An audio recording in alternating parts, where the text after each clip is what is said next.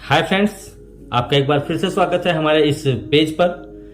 Friends, किसी ने सही कहा है, जैसी करनी वैसी भरनी। हमें कर्मों का फल जो होता है वो भोगना ही पड़ता है। अगर ऐसा नहीं होता तो आज आप प्रयागराज में, फिर बनारस में, हरिद्वार में जो नदियों पे भीड़ देखते हैं वो भीड़ इतनी ज़्यादा नहीं होती, क्योंकि लोगों को लगता है कहीं ना कहीं कि हाँ, हमारे जो छोटे मोटे कर्म हैं उन कर्मों का फल हमें भोगना पड़ेगा। वो अपने कर्मों के फल से दूर होने के लिए कि हमें कोई विपत्ति ना आए, हम पे कोई आफत ना आए, वो इसलिए गंगा घाट पे हमेशा लगे रहते हैं।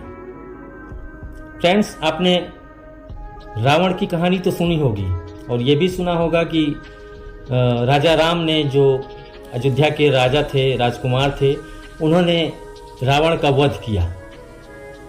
पर रावण इस दशा में पहुंचा कैसे? उसके जो वर्तमान कर्म थे, जो उसके पूर्व जन्म के कर्म थे, उन कर्मों का उसे ये सिला मिला।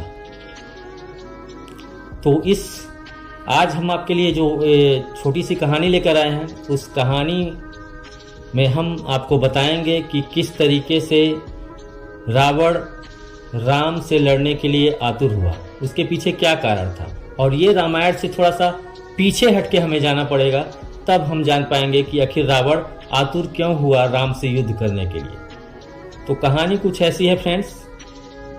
रावण की एक बहन थी सुपर्खा, आपने सुना होगा। उसके नाखून जो थे वो सूप के आकार के थे, इसलिए उसका नाम सुपर्खा पड़ा था।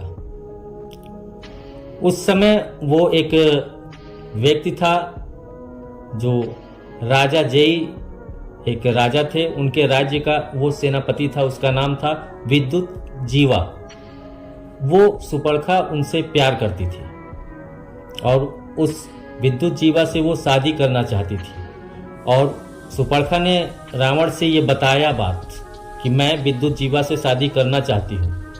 लेकिन चूंकि रावण को बहुत घमंड हो चुका था कि मैं 10 दिशाओं का मालिक हूँ, मैं किसी को भी अपने कब्जे में कर सकता हूँ, सब मेरे सामने झुक के रहें, तो उसने विद्युत जीवा से भी ये मांग की कि तुम मेरे सामने झुको, तुम मेरे अधीन रहो, उसके बाद मैं अपने बहन की शादी तुमसे कर दूंगा।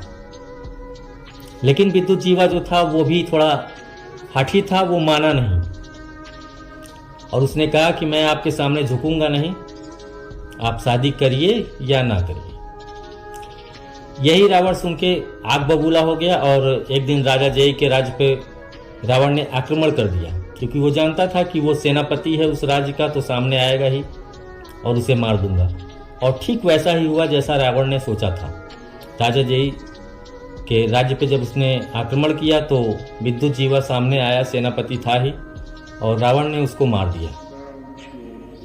मारने के बाद जब सुपर्खा के पास ये खबर पहुंची कि हाँ, रावण ने विद्युत जीवा यानी उसके जो पति समान थे उनसे शादी करना चाहती थी, उसको मार दिया रावण ने।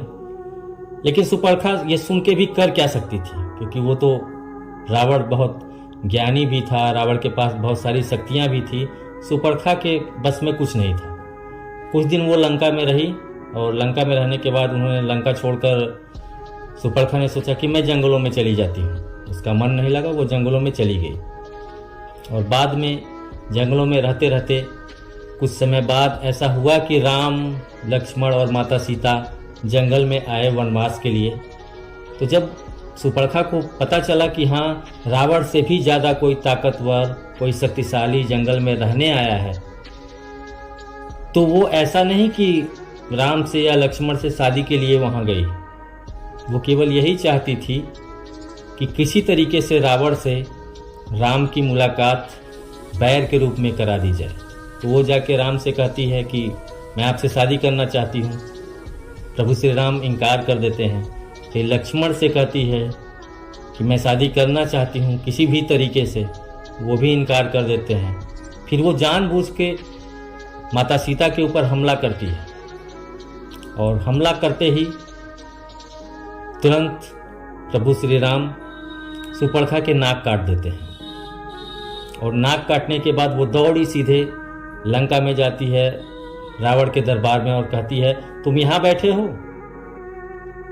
तुम्हारी बीवी से ज़्यादा सुंदर एक कन्या जो जंगलों में विचरण कर रही है, जिसका नाम सीता है, उसको तो तुम्हारे महल की रानी होनी चाहिए।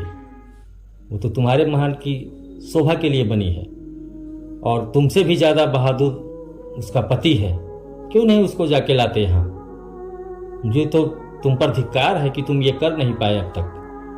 रावण को गुस्सा आता है, एक तो नाक कटने का गुस्सा, क्योंकि वो जानता नहीं कि ये मुझसे बदला ले रही है, और तब जाके वो माता सीता का हरण करने की कोशिश करता है और अपने कोशिश में कामयाब भी होता है। और बाद में क्या होता है आप सब रामायण में जान ही चुके होंगे कि अंततः रावण की मृत्यु हो जाती है। तो फ्रेंड्स, इस छोटी सी कहानी का सार ये कहता है कि हम कर्म इस समय करें, इस जन्म में करें, या हमारे पूर्व जन्म का कर्म हो, हमें भोगना ही पड़ता है। हम कितना भी चाहें अपने कर्मों से पीछा छुड़ाना, वो पीछा छूटने वाला नहीं है। तो फ्रेंड्स, ये कहानी हमारी आपको कैसी लगी? अच्छी लगी हो कमेंट सेक्शन में ज़रूर बताइएगा।